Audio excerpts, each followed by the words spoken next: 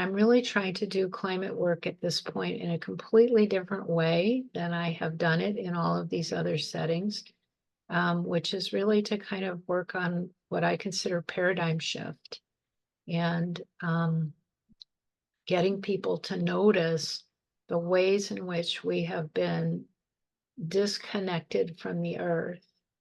Because it's my feeling that what really underlies the climate crisis is our fundamental disconnection from the earth. And I feel like we will not be able to solve or heal the climate crisis until we reconnect. I was raised a city girl. Like that was my childhood. That was most of my adulthood. Um, and so I think it was pretty invisible to me how disconnected from the earth I actually was. I have been painfully aware throughout my life of my father's family's history of slave owning. But I was so focused on that that it had not really occurred to me until an interaction with a Native woman I was co-organizing a rally with. She called me a settler descendant. And my first reaction was like, what? What do you mean, settler descendant? And then I had to really look and go, oh my God, absolutely.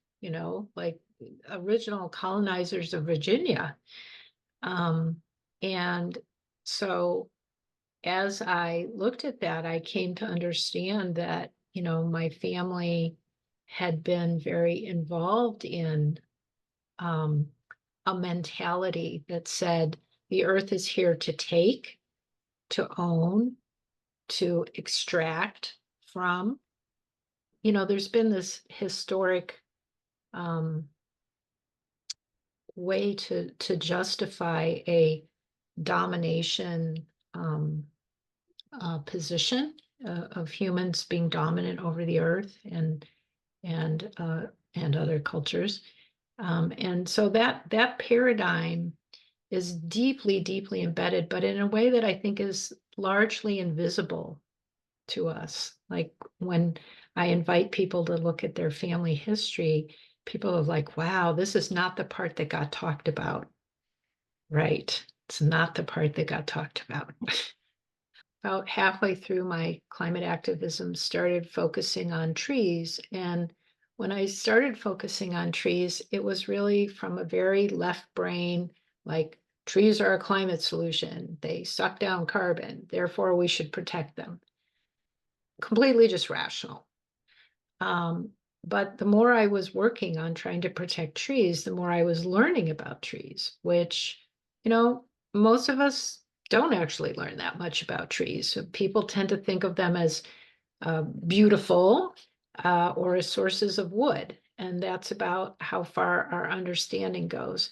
And as I learned things like they're doing stormwater management, they're pulling pollutants out of the air, they're sucking down carbon and storing carbon for us.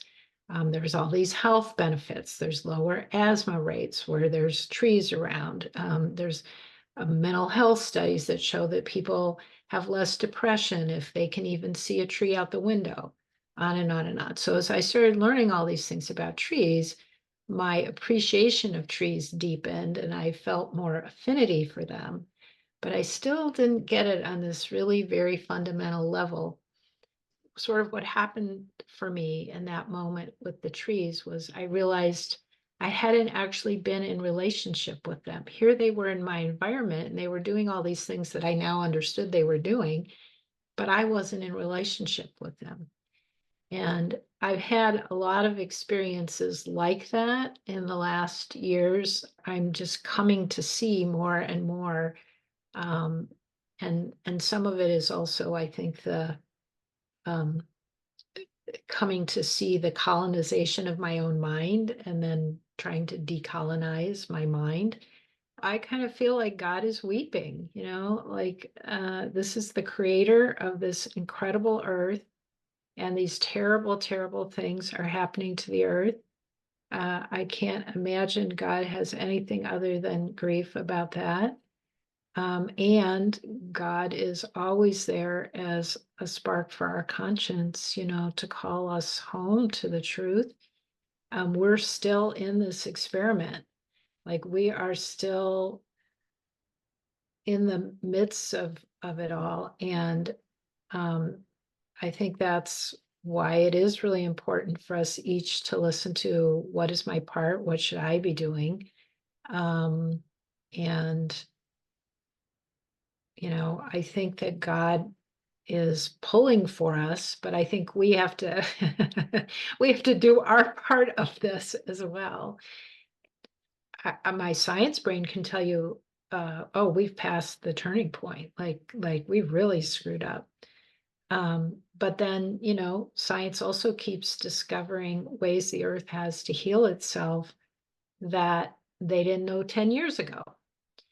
And so if we do not know all the ways the earth has to heal itself, we don't know what the earth might pull off if we would stop messing with it. I am quite certain, though, that we have to stop messing with it. It definitely helps to be in a spiritual community where people are themselves, trying to be in an active relationship with God. I think if one doesn't have that around you, it's much, much harder. I have also been learning to talk to trees, and they're a wonderful source of wisdom. I was taught by another elder to come to the tree and put my hands and say, do I have permission to speak to you? And sort of listen for whether there's a willingness. I've met one tree that said no, but the others said yes.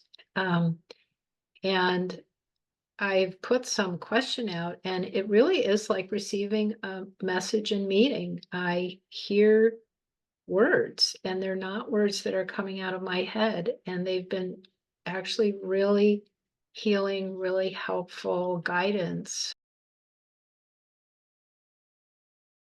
The title of my book is Aligning with Life, a spiritual approach to climate change. And those words, aligning with life, sort of dropped in at the very end. I'd written the whole book not knowing what the title of it was. uh, and then that just really became clear to me that this whole thing of wanting to be in reciprocal relationship with the earth, that there's all these ways in which life form, whether it's, trees, the ocean, the air, animals, they're all speaking to us. They're all trying to communicate with us about the dire situation we're in.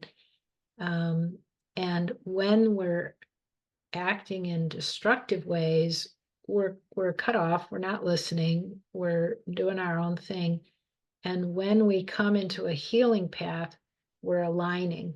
We're aligning with life. We're being able to hear what life is saying, and we're aligning with that. We're aligning with spirit. I absolutely believe that Creator is in harmonized relationship with Earth. So that, I think, is the assignment for all of us, is to align with life.